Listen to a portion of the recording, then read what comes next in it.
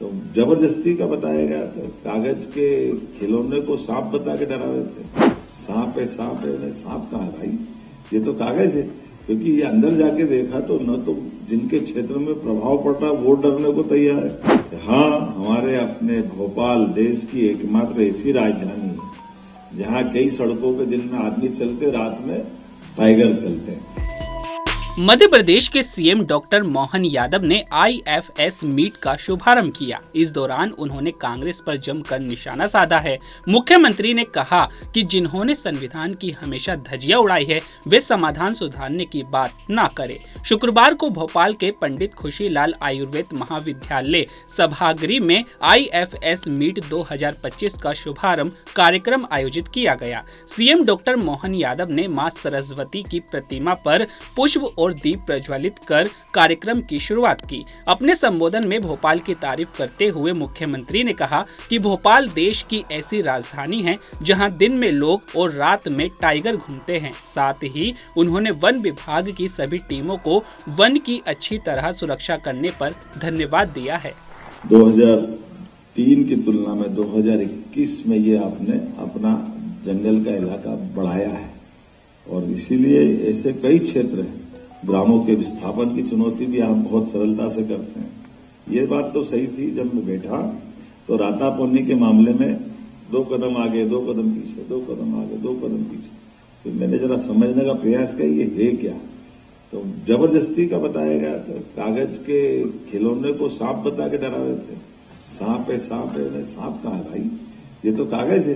क्योंकि ये अंदर जाके देखा तो न तो जिनके क्षेत्र में प्रभाव पड़ रहा वो डरने को तैयार है, लेकिन समझ में आने की बात नहीं, समझ नहीं पा रहे। आप जो समझा रहे थे वो पता नहीं कौन सा भूत खड़ा कर लिया, तो हमने कहा ये तो गलत बात है।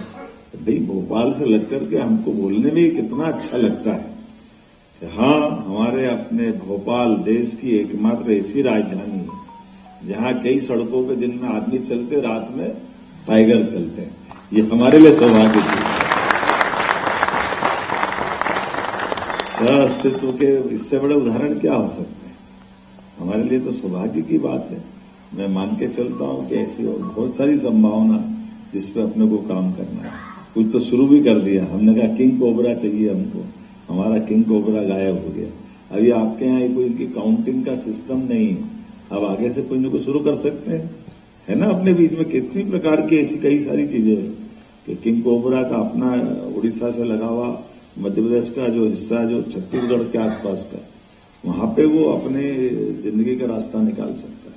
क्योंकि ये बात सही है कि टाइगर जब निकलता है तो टाइगर का एहसास अपने आप हो जाता है। हर वन क्षेत्र वालों के बारे में क्या बताना, आम आदमी को मालूम पड़ जाता है कि जंगल में कोलाहल हो रहा है, हिरण भाग रहे हैं, पक्षी चिल्ला रहे हैं, बंदर आवाज लगा रहा है, सब दूर मालूम पड़ जाए वनराज आ रहे हैं। ऐसी सेम स्थिति किंग कोबरा की। जैसे किंग कोबरा अगर जमीन पे आता है तो अपने अपने बिलों से निकल के सांप भागते दिखाई देते पूरे क्षेत्र से। जिधर देखो उधर सांप निकल के उसकी स्मेल से भाग रहे हैं। और ऐसे में किंग कोबरा अपना शिकार करता है। सुन के कैसा लगता है, ऐसा लगता है कि अपने सामने वो अपनी परमात्मा की दया है। और उसके अब हमें दुष्परिणाम कैसा आ रहा है उसको भी देख ले। उसका दुष्परिणाम ये कि किंग कोबरा के गायब होने से हमारे डिंडोरी जैसे, मैं वहां का प्रभारी मंत्री था, हमारे उस डिंडोरी जैसे जिले के अंदर पूरे साल में सर्वाधिक रूप से क्षति अगर सरकार की अगर कहीं होती है तो सर्पदंश की घटना के बाद देने वाले अनुदान से होती है। क्योंकि एक व्यक्ति को 4 लाख, व्यक्ति का 4 लाख का सवाल नहीं, लेकिन 200 लोग अगर मारे जाते किसी एक साल में, कितनी बड़ी बात है। लेकिन केवल वो इसलिए कि वहां अपने आप किंग कोबरा में जगह छोड़ दी। तो ये हो सकता है कुछ अतिशयोक्ति भी हो, लेकिन इस दिशा में जो आप लोग अध्ययन करेंगे, कराएंगे तो उसकी सही बात भी आएगी। और यही तो निदान लाना है, इन सारी बातों को खड़ा करना। एक और बात जो हमने कही थी उसका रास्ता भी निकालेंगे।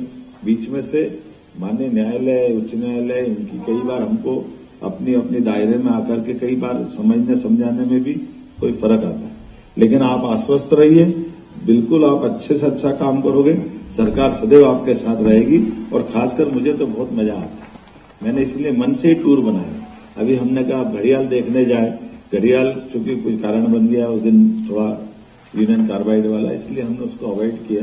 लेकिन आने वाले समय में ऐसी अच्छी जो प्रकार की विलक्षण हमारी लेकिन भविष्य की टूरिज्म की संभावना वाले क्षेत्र हैं, यह हमारी वन्य संपदा है। उस आधार पर आप भी बताइए, उस दिशा में आएंगे।